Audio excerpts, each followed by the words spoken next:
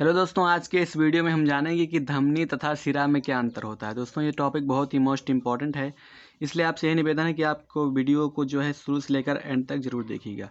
तो सबसे पहले हम ये जान लेते हैं कि धमनी और सिरा होते क्या हैं, यानी कि धमनी क्या होता है, धमनी का क्या कार्य होता है और सिरा का क्या कार्य होता है।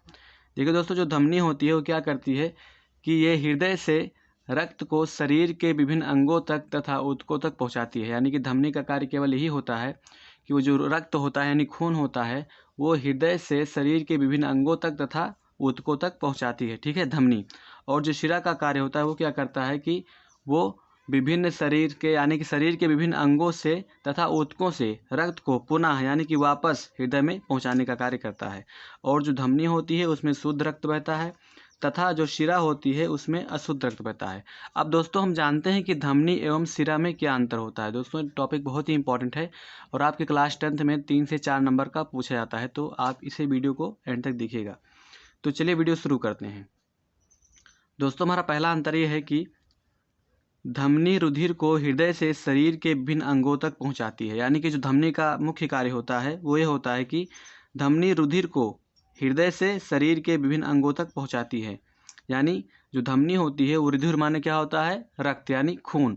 खून को क्या करती है, हृदय से शरीर के विभिन्न अंगों तक यानी कि सारे अंगों तक, पूरे शरीर तक पहुंचाती है, ठीक है, ये धमनी का कार्य होता है।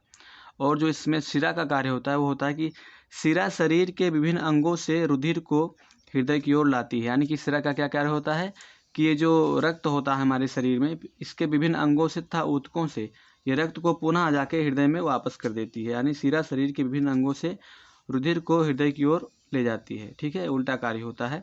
ये क्या करती है कि हृदय से जो रक्त होता है पूरे शरीर में पहुंचाती है और ये पूरे शरीर से रक्त को हृदय तक पहुंचाता है, शिरा।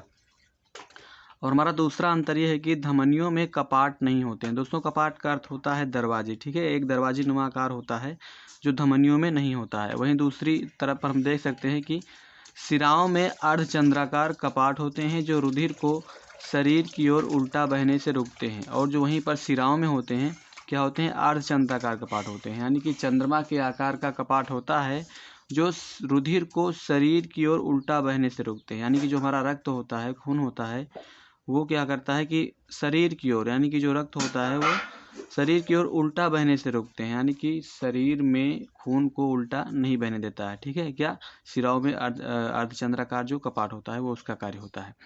अब दोस्तों हम तीसरा अंतर जानेंगे जो कि कुछ इस प्रकार है कि धमनियों में रुधिर अत्यधिक दबाव में बहता है। यानी कि जो धमनियाँ होती हैं उनमें जो रुधिर होता है यानी रक्त होता है वो दबाव में बहता है, ठीक है, प्रेशर के साथ बहता है।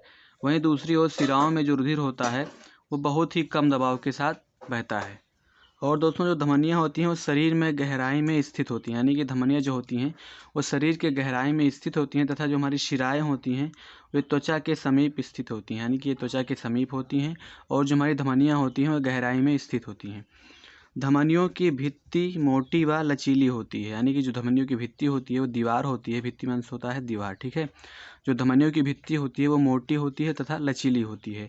और वहीं पर जो शिराओं की भित्ति होती है वो पतली होती है, ठीक है, ना ही मोटी होती है और ना ही लचीली होती है। वहीं दूसरी अगर देखा जाए तो धमनियों में पेशी स्तर मोटा होता है। यानी कि यहाँ पर जो पेशी का स्तर होता है धमनियों में वो मोटा होता है। और वहीं पर शिराओं में पेशी का स्तर पतला होता है, ठीक है, एकदम अपोजिट है इसका। वहीं पर धमनियाँ गुलाबी या चमकीले लाल रंग की होती हैं। यानी कि जो हमारे धमनियों का रंग होता है वे गुलाबी या चमकीले लाल रंग की होती हैं, ठीक है। और वहीं पर जो हमारी शिराएँ होती हैं इनका जो रंग होता है वो होती हैं गहरी लाल या नीली सी प्रतीत होती हैं। जो हमारी शिराएँ होती हैं वो गहरी लाल या नीली सी प्रतीत होती हैं। आई होप दोस्तों अगर आपको वीडियो अच्छा लगा तो वीडियो को लाइक कर दीजिएगा एंड हमारे चैनल को सब्सक्राइब कर दीजिएगा। चलिए मिलते हैं एक नए वीडियो में एक नए टॉपिक के साथ, तब तक के लिए जय हिंद, वंदे मातरम।